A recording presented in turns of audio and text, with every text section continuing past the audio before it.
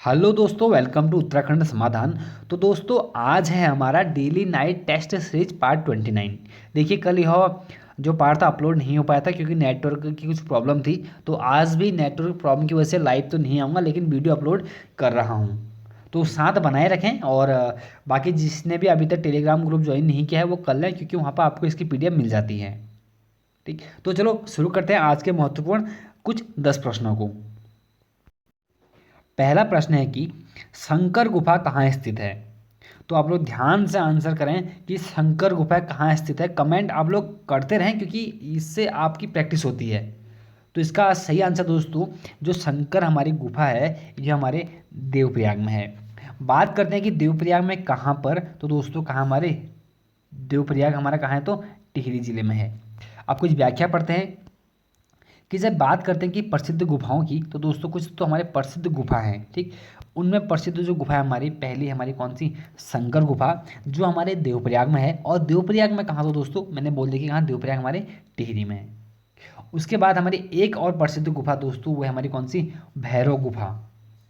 भैरव गुफा हमारे कहाँ पे है, तो ये हमारे देवलगढ़ में है। और बात करते हैं कि देवलगढ़, तो देवलगढ़ का जो हमारा प्राचीन नाम था वो था हमारा क्या, जगतगढ़। जगत विद्वान ने इसको बसाया था, तो इसलिए इसको बोलते हैं कौन सा, जगतगढ़। और ये कहाँ पे है, तो दोस्तों ये हमारे कहाँ पर, श्रीनगर में। और महत्वपूर्ण यह है, अगली गुफा हमारी आती है पांडुखोली या त्र्यंबक गुफा। पांडुखोली जो हमारी गुफा है दोस्तों, ये हमारे कहाँ है, द्वाराहाट में है। अगर बात करते हैं कि द्वाराहाट कहाँ, तो हमारे कहाँ, अल्मोड़ा जिले में है। और कुछ और महत्वपूर्ण गुफा हमारे, जैसे पिथौरागढ़ में हमारे पाताल भुवनेश्वर गुफा, सुमेरु गुफा, स्वधम गुफा। ये तीन के तीन काफ़ी महत्वपूर्ण गुफाएं हैं क्योंकि एग्जाम में बार बार पूछे जाते हैं। तो हमारे कहाँ है ये, गंगोली हाट पिथौरागढ़ में स्थित हैं। और कुछ अन्य गुफाएं जैसे पांडव गुफा, मातंग गुफा, श्रृंगी गुफा, ये गुफाएं हमारी, तीनों गुफाएं हमारी कहाँ हैं, ये हमारे उत्तरकाशी में हैं। और इसके अलावा भी कुछ एक और महत्वपूर्ण गुफा है, जैसे पाताल भुवनेश्वर गुफा थी, वैसे हमारी एक है पाताल रुद्रेश्वर गुफा। दोस्तों जो हमारे कहाँ है, चंपावत में है। 14 वर्षीय बालक, ठीक है, 14 वर्षीय बालक द्वारा 1993 में इस गुफा की खोज की जाती है और तभी यह गुफा चर्चे में आती है। तो इसीलिए हमें जानना जरूरी है, क्योंकि जिस प्रकार पाताल भुवनेश्वर गुफा है तो उसी प्रकार हमारी पाताल रुद्रेश्वर गुफा भी है। अगला हमारा विश्वनाथ या वशिष्ठ गुफा। देखिए क्यों जानना जरूरी है विश्वनाथ गुफा को, क्योंकि विश्वनाथ मंदिर हमारे उत्तरकाशी में है, जिसका पुनर्निर्माण 1857 में सुदर्शन शाह की पत्नी खनीति द्वारा उसका पुनर्निर्माण किया गया था, जीर्णोद्धार किया गया था। लेकिन वो हमारा मंदिर था, ये हमारी क्या है, गुफा है, विश्वनाथ या वशिष्ठ गुफा। अगर कहाँ है, तो दोस्तों हमारे टिहरी जिले में है। और एक और प्रसिद्ध हमारी गुफा है, वह है झिलमिल गुफा। झिलमिल गुफा दोस्तों हमारे पौड़ी गढ़वाल में है, और इसलिए जाना जरूरी था झिलमिल गुफा को क्योंकि हमारा एक झिलमिल ताल भी है, जो हमारे कहाँ है, वो हमारे चंपावत जिले में स्थित है। दूसरा प्रश्न है कि विष्णु को वासुदेव के रूप में कहाँ पूजा जाता है। ठीक, काफ़ी महत्वपूर्ण प्रश्न है कि विष्णु को वासुदेव के रूप में कहाँ पूजा जाता है। तो दोस्तों इसका जो हमारा सही आंसर है वो है हमारा बी, योग ध्यान बद्री में। अब जानते हैं क्यों महत्वपूर्ण है। देखिए विष्णु विष्णु को वासुदेव के रूप में जो योग ध्यान बद्री में पूजा जाता है, ठीक, पहली बात तो है। और योग ध्यान बद्री 5 बद्री में एक प्रमुख बद्री है। और बात करते हैं कि योग ध्यान बद्री कहाँ पर स्थित है, तो सुबेर नामक स्थान पर है हमारा कौन सा, हमारा योग ध्यान बद्री। बात करते हैं कि एक हमारा प्रसिद्ध विष्णु को ही नरसिंह के रूप में पूजा जाता है, और यह कहाँ पर है, तो दोस्तों कहाँ पर, हमारे भविष्य बद्री में। अच्छा, हम विष्णु की बात क्यों कर रहे हैं, क्योंकि पता है आप लोगों को केदारनाथ में शिव की पूजा होती है और बद्रीनाथ में विष्णु की पूजा होती है। तो इसीलिए यहाँ पर बात रखी किसकी, हमारी विष्णु भगवान की। ठीक, तो ध्यान देना आप लोग, उसको नोट करते हुए चलना। वासुदेव के रूप में पूजा योग ध्यान बद्री में, और नरसिंह के रूप में इसको कहाँ पर, भविष्य बद्री में। तीसरा प्रश्न है कि वैजनाथ को कत्यूरी वंश की राजधानी किसने बनाया था। काफ़ी महत्वपूर्ण प्रश्न दोस्तों, आपको नोट करना है कि वैजनाथ को कत्यूरी वंश की राजधानी किसने बनाया था। तो दोस्तों वह बनाने वाला आदमी या व्यक्ति था हमारा कौन, सी नरसिंह देव। तो व्याख्या कर लेते हैं। देखिए व्याख्या है कि वैजनाथ को कत्यूरी वंश की राजधानी नरसिंह देव ने बनाया था। तो ये जानना बहुत महत्वपूर्ण था, लेकिन इनसे भी फैक्ट ज़्यादा महत्वपूर्ण जानना है कि अब हमारे देखिए कहीं पर हमारे कार्तिकेयपुर को एक मतलब कार्तिकेयपुर या कत्यूरी वंश को एक ही बता रखा है, कहीं कहीं पर अलग बता रखे हैं। ठीक है, हमें तो फिलहाल जानना यह है कि भाई जो कार्तिकेयपुर थी या कत्यूरी वंश था उसके प्रथम जो राजधानी हमें देखने को वर्णन मिलता है वो हमारे कहाँ पर कार्तिकेयपुर में ही मिलता है, जो कि कहाँ थे हमारे जोशीमठ के पास स्थित है। और यह राजधानी किसने बनाई थी, तो वही जब हमारा कार्तिकेयपुर राजवंश की स्थापना होती है बसंत देव द्वारा, तो तभी इसकी राजधानी की स्थापना भी हुई थी। उसके बाद हमारी दूसरी राजधानी बनती है कार्तिकेयपुर की, वो कत्यूरियों की, सॉरी, ठीक, वो कहाँ बनती है, या कार्तिकेयपुर वंश की बोलूँ या कत्यूरी की बोलूँ, तो वो बनती है हमारे कहाँ पर, सुभिक्षपुर में। सुभिक्षपुर कौन सा सुभिक्षपुर, तो आज जो वर्तमान तपोवन है हमारे जोशीमठ या चमोली के अंतर्गत, उसका हमारा जो प्राचीन नाम था दोस्तों वो था हमारा क्या, सुभिक्षपुर उसका नाम था।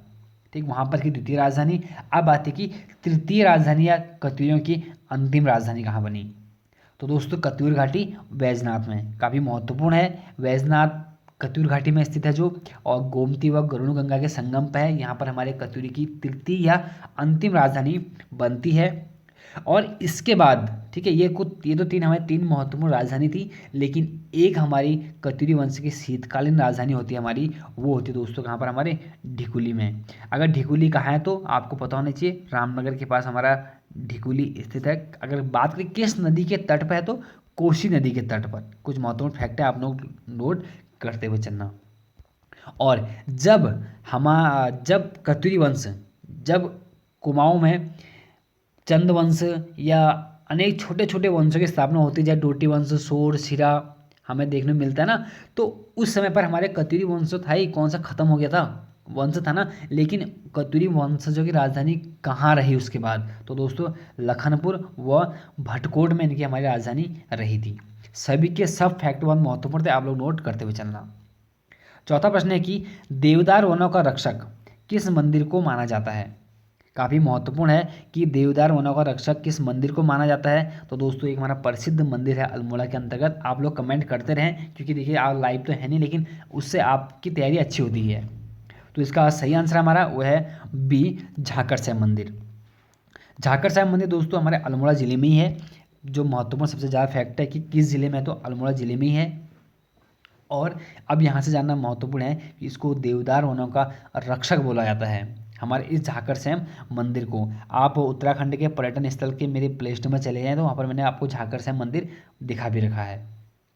और इससे भी ज़्यादा महत्वपूर्ण है कि देवताओं का वृक्ष हमारे इसी देवदार को माना जाता है। ठीक, ये भी एक अलग से एक फैक्ट है जिसको आप नोट कर सकते हैं। पांचवा क्वेश्चन है कि मालिनी मालिनी सभ्यता के खंडहर किसकी रचना है। तो काफ़ी अच्छा प्रश्न है कि मालिनी सभ्यता के खंडहर किसकी रचना है, तो इसका हमारा सही आंसर दोस्तों वह है बी, ललिता प्रसाद नेथानी। कौन थे ललिता प्रसाद नेथानी, तो थोड़ा जान लेते हैं। ललिता प्रसाद नेथानी का जन्म 1913 पौड़ी जिले में हुआ था, पहली बात तो ये है। लेकिन इनकी हमारी जो प्रमुख रचना होती है, एक तो होती है मालिनी सभ्यता के खंडहर। कौन सी मालिनी, जो हमारे कण्वाश्रम जिस नदी के तट पर है उसी पर ने एक रचना की थी, वो थी मालिनी सभ्यता के खंडहर। और इनकी अगली रचना थी हमारी कौन सी, कण्वाश्रम, जो कि और ज़्यादा महत्वपूर्ण है। और इनकी एक और महत्वपूर्ण रचना थी गढ़वाल भाबर तब और अब। और इसके बाद एक और है कि गढ़वाली चित्रकला शैली। ये हमारे सब के सब जो प्रसिद्ध रचनाएं हैं ये हमारे ललिता प्रसाद नेथानी जी की हैं। और बात आती है दोस्तों हमारी कण्वाश्रम, जो वर्तमान कण्वाश्रम है ना, जो इसका जो निर्माण का श्रेय जाता है, वर्तमान कण्वाश्रम का श्रेय वो हमारे ललिता प्रसाद नेथानी को ही जाता है। और इसके बाद जो एक इस मंदिर का पुनर्निर्माण करने का प्रयास किया था वो 1955 में हमारे डॉक्टर संपूर्णानंद यूपी के तत्कालीन उस टाइम मुख्यमंत्री थे। तो उन्होंने भी हमारे इसको पुनर्निर्माण करने का एक प्रयास, छोटा सा प्रयास उन्होंने जरूर किया था, लेकिन जो महत्वपूर्ण सहयोग था हमारा किसका, ललिता प्रसाद नेथानी का था। छठा प्रश्न है कि चौखुटिया किस नदी के तट पर स्थित है। बड़ा आसान सा प्रश्न है, पूछता है कि चौखुटिया, तो दोस्तों जो चौखुटिया हमारी वो पश्चिमी न्यार के तट पर स्थित है। थोड़ा बात कर लेते हैं कि आपको पता होना चाहिए कि पूर्वी जो न्यार है हमारी पश्चिमी रामगंगा, पश्चिमी रामगंगा। बात करते हैं कि जो पूर्वी रामगंगा हमारे कहाँ है, तो यह पिथौरागढ़ में बहती है। बात करते हैं कि जब चौखुटिया की, तो चौखुटिया के दोस्तों कुछ महत्वपूर्ण है कि पश्चिमी रामगंगा के तट पर स्थित है, और जो इसका उपनाम है देखने को मिलता है वो मिलता है क्या, कुमाऊं का कश्मीर, जो सबसे महत्वपूर्ण है। कुमाऊं का कश्मीर इसका नाम होता है, उपनाम। और इसके बाद इनके उपनाम में देखने को मिलते हैं वो था नौरंगी गैवाड़ या रंगीलो बैराट, रंगीलो गैवाड़ या रंगीलो बैराट करके इसका नाम है देखने को मिलता है। और चौखुटे के पास हमारे प्रसिद्ध ताल है दोस्तों, उसका नाम है तड़ाक ताल, तड़ाक ताल, या कभी इसको हम तारा ताल के नाम से इसको हम जानते हैं। और अगला क्वेश्चन हमारा सेम वैसा ही है कि चौबटिया किस जिले में है। मैंने दोनों इसलिए एक साथ दे दिए, मैंने कहा आप कहीं कोई कन्फ्यूजन ना हो जाए कि चौबटिया चौखुटिया, ठीक, दोनों अल्मोड़ा जिले में ही है। ठीक, इसका मैंने वही पूछा है कि चौबटिया किस जिले में है, तो कहाँ हमारे अल्मोड़ा जिले में है। मैंने प्रश्न भी यही था तो इसलिए दे दिए। अब थोड़ा व्याख्या करते हैं कि चौबटिया अल्मोड़ा जिले में स्थित है। ठीक, पहली बात तो ये है।